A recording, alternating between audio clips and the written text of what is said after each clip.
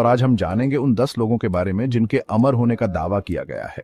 इतिहास से लेकर धार्मिक ग्रंथों तक अमरता की कहानियां हमेशा से ही लोगों को मोहित करती रही हैं। चलिए इतिहास और किंवदंतियों की उन रहस्यमयी कहानियों में गोते लगाते हैं जो हमें ऐसे लोगों से रूबरू कराती हैं जिन्होंने माना जाता है कि मृत्यु को मात दे। हमारी पहली कहानी हमें 3री शताब्दी ईसा पूर्व में ले जाती है, जब चीन एकीकृत नहीं था और कई छोटे छोटे राज्यों में बंटा हुआ था। जहां हम मिलते हैं चीन के पहले सम्राट किन शी हुआंग से, जिन्होंने इन बिखरे हुए राज्यों को एकजुट किया। किन शी हुआंग एक शक्तिशाली शासक थे जिन्होंने पूरे चीन को एक छत्र राज्य में बदल दिया था। उनकी सेना ने विरोधी राज्यों को हराया और एक विशाल साम्राज्य की नींव रखी। उन्होंने अपने शासन के दौरान कई महत्वपूर्ण कार्य किए, जिनमें टेराकोटा सेना और चीन की महान दीवार के कुछ हिस्से शामिल हैं। इन निर्माणों ने उनकी शक्ति और दूरदर्शिता को दर्शाया। लेकिन किन शी हुआंग को सबसे ज्यादा किस लिए जाना जाता है? अमरता की उनकी तलाश, यह उनकी सबसे बड़ी महत्वाकांक्षा थी। उन्होंने अपने राज्य के सबसे बुद्धिमान विद्वानों और कीमियागरों को अमरता का अमृत खोजने का काम सौंपा। वे दिन रात इस रहस्य को सुलझाने में लगे रहे। कहा जाता है कि उन्होंने कई तरह के दुर्लभ जड़ी बूटियों और रसायनों का सेवन किया, यह विश्वास करते हुए कि यह उन्हें अमर बना देंगे। उन्होंने हर संभव उपाय आजमाया। आखिरकार 49 वर्ष की आयु में किन शी हुआंग की मृत्यु हो गई। उनकी मृत्यु ने उनके साम्राज्य को हिलाकर रख दिया। क्या उनकी मृत्यु का कारण अमरता की तलाश में खाए गए जहरीले पदार्थ थे? यह एक रहस्य बना हुआ है, या यह सिर्फ एक संयोग था? इतिहासकार आज भी इस प्रश्न का उत्तर खोजने में लगे हुए। अब हम 18वीं शताब्दी में प्रवेश करते हैं, एक ऐसा समय जब यूरोप में कई रहस्यमय और अद्भुत घटनाएं घटित हो रही थीं। जहां हमें मिलते हैं एक रहस्यमय व्यक्ति से जो अपने समय का सबसे बड़ा रहस्य बन गया, जिसे काउंट ओएनएफ सेंट जर्मैन के नाम से जाना जाता है। यह व्यक्ति अपने समय के सबसे चर्चित और विवादास्पद व्यक्तियों में से एक था। कोई नहीं जानता था कि वह कहां से आया था या उसका असली नाम क्या था। उसकी पहचान हमेशा एक रहस्य बनी रही। वह एक यूरोपीय रईस था जो अपने आकर्षक व्यक्तित्व और अद्वितीय क्षमताओं के लिए जाना जाता था, जो 1691 में पैदा हुआ था, लेकिन उसकी जन्मतिथि और स्थान भी विवादास्पद थे और विज्ञान, कला और दर्शन में अपने कामों के लिए जाना जाता था। उसने कई क्षेत्रों में अपनी विशिष्टता दिखाई, लेकिन काउंट ओएनएफ सेंट जर्मैन को असली प्रसिद्धि मिली उसकी असाधारण लंबी उम्र और रहस्यमय जीवन शैली के कारण। कहा जाता है कि वह कई भाषाएं धारा प्रवाह बोलता था, कीमिया में माहिर था और इतिहास की गहरी समझ रखता था। उसकी बहुभाषी क्षमता और कीमिया में महारत ने उसे और भी रहस्यमय बना दिया और इतिहास की गहरी समझ रखता था। उसने कई महत्वपूर्ण ऐतिहासिक घटनाओं में भाग लिया, लेकिन सबसे आश्चर्यजनक बात यह थी कि वह दशकों तक एक ही जैसा दिखता रहा। उसकी उम्र मानो थम सी गई थी। क्या काउंट ओएनएफ सेंट जर्मैन ने सचमुच अमरता का रहस्य खोज लिया था, या वह बस एक चालाक धोखेबाज था जो लोगों को अपनी बातों में फंसा लेता था? उसकी कहानियां और किस्से आज भी लोगों को हैरान करते हैं, जो लोगों को अपनी बातों में फंसा लेता था।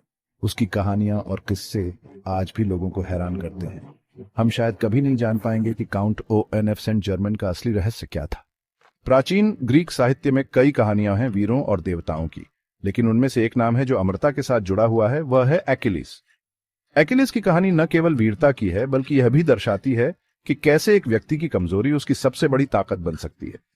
ग्रीक पौराणिक कथाओं में एकिलीस को एक महान योद्धा बताया गया है, जिसकी मां एक अप्सरा थी और पिता एक मानव राजा थे। उनकी मां थेटिस ने उन्हें अमर बनाने के लिए हर संभव प्रयास किया। कहानी यह है कि जब वह शिशु थे तो उन्हें नदी की छड़ियों में डुबोया गया था, वह नदी जो पृथ्वी को पाताल से अलग करती है। इस नदी का नाम स्टिक्स था और यह माना जाता था कि इसमें डुबोने से कोई भी अजेय हो सकता है। इस प्रक्रिया ने उन्हें अजेय बना दिया, सिवाय उनके एडी के, जहां उनकी मां ने उन्हें पकड़ा था। यह एडी उनकी एकमात्र कमजोरी बन गई, जिसे आज भी एकिलीस हील के रूप में जाना जाता है।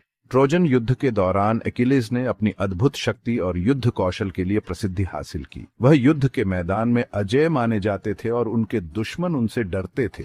लेकिन उनके दुश्मन पेरिस ने उनके एडी में एक तीर मारा, जिससे उनकी मृत्यु हो गई। यह तीर उनकी एकमात्र कमजोरी पर लगा और उनकी वीरता का अंत हो गया। क्या सचमुच अमरता संभव है, या यह सिर्फ एक मिथक है? एकिलीस की कहानी हमें यह सोचने पर मजबूर करती है कि शायद अमरता की चाहत में भी हमारी कमजोरियां छिपी होती हैं। हमारी अगली कहानी हमें धार्मिक ग्रंथों की दुनिया में ले जाती है, जहां हम मिलते हैं 3 रहस्यमय व्यक्तियों से जिन्हें तीन नेफाइट के रूप में जाना जाता है। मॉर्मन मान्यताओं के अनुसार तीन नेफाइट यीशु मसीह के शिष्य थे, जिन्हें अमरता का वरदान दिया गया था। कहा जाता है कि यीशु ने इसे स्वीकार कर लिया था, और मॉर्मन मानते हैं कि तीन नेफाइट आज भी हमारे बीच चलते हैं, जरूरतमंदों की मदद करते हैं और परमेश्वर के वचन का प्रचार करते हैं। क्या तीन नेफाइट सचमुच आज भी हमारे बीच मौजूद हैं, या यह सिर्फ एक धार्मिक मान्यता है? अब हम मध्ययुगीन ब्रिटेन की यात्रा करते हैं, जहां हमें मिलते हैं एक ऐसे जादूगर से जिसका नाम इतिहास और किंवदंतियों में अमर हो गया है, मर्लिन। आर्थरियन किंवदंतियों में मर्लिन को एक शक्तिशाली जादूगर और राजा आर्थर के सलाहकार के रूप में वर्णित किया गया है। कहा जाता है कि उनका जन्म एक मानव मां और एक राक्षस पिता से हुआ था, जिसके कारण उन्हें अलौकिक शक्तियां प्राप्त हुई थीं। मर्लिन को भविष्य देखने, अपना रूप बदलने और शक्तिशाली जादू करने की क्षमता के लिए जाना जाता था। क्या मर्लिन वास्तव में एक अमर जादूगर था, या वह सिर्फ एक काल्पनिक चरित्र है? हमारी अगली कहानी हमें 14वीं शताब्दी के फ्रांस में ले जाती है, जहां हमें मिलते हैं एक रहस्यमय कीमियागर से जिसका नाम है निकोलस फ्लेमेल। फ्लेमेल एक साधारण व्यक्ति थे जो पांडुलिपियों के विक्रेता के रूप में काम करते थे, लेकिन उनकी जिंदगी ने तब एक नया मोड़ ले लिया जब उन्हें एक प्राचीन यहूदी ग्रंथ हाथ लगा, जिसमें पारस पथरी बनाने का रहस्य छिपा था। पारस पथरी एक पौराणिक पदार्थ जिसे धातुओं को सोने में बदलने और अमरता प्रदान करने की क्षमता के लिए जाना जाता है। कहा जाता है कि फ्लेमेल ने 20 साल से भी ज्यादा समय इस ग्रंथ को समझने में बिताया, और आखिरकार उन्होंने पारस पथरी बनाने में सफलता हासिल की। क्या फ्लेमेल सचमुच अमरता के रहस्य पर से पर्दा उठाने में कामयाब रहे, या यह सिर्फ एक किंवदंती है? अब हम हिमालय की बर्फीली चोटियों पर यात्रा करते हैं, जहां हमें मिलते हैं एक अमर बौद्ध भिक्षु से। तिब्बती बौद्ध धर्म में एक मान्यता है कि कुछ आध्यात्मिक रूप से उन्नत भिक्षु अपनी मृत्यु को स्थगित करने और सदियों तक जीवित रहने की क्षमता रखते हैं। इन भिक्षुओं को सोशल मीडिया पर अमर भिक्षु के रूप में प्रसिद्धि मिली जब उनकी तस्वीरें वायरल हुईं, जिनमें उन्हें ध्यान की गहरी अवस्था में दिखाया गया था। बौद्ध मान्यताओं के अनुसार ये भिक्षु वास्तव में मरे नहीं होते हैं, बल्कि वे एक ऐसी अवस्था में प्रवेश करते हैं जिसे तुकद्दम कहा जाता है। क्या ये अमर भिक्षु सचमुच आध्यात्मिक शक्तियों के माध्यम से मृत्यु को जीतने में कामयाब हुए हैं, या यह सिर्फ एक धार्मिक मान्यता है?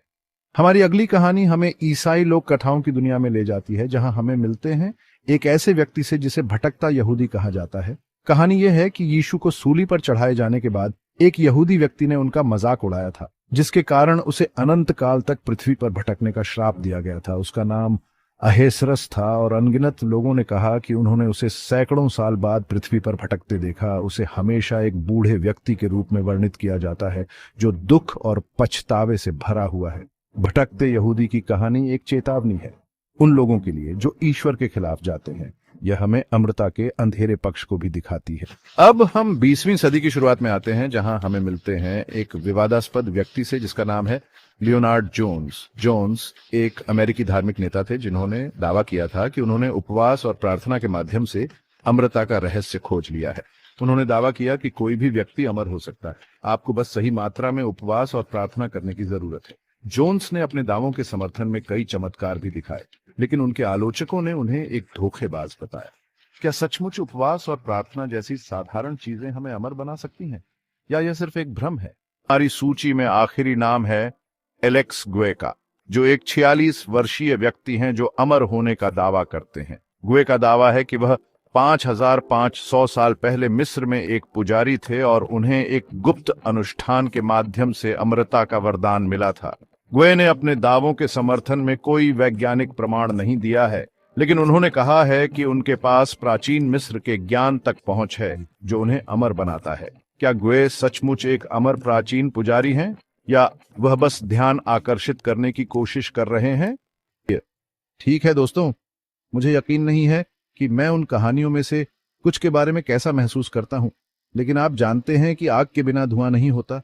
हो सकता है कि उन कहानियों में कुछ सच्चाई हो, या हो सकता है कि वे सभी मनगढ़ंत कहानियां हों।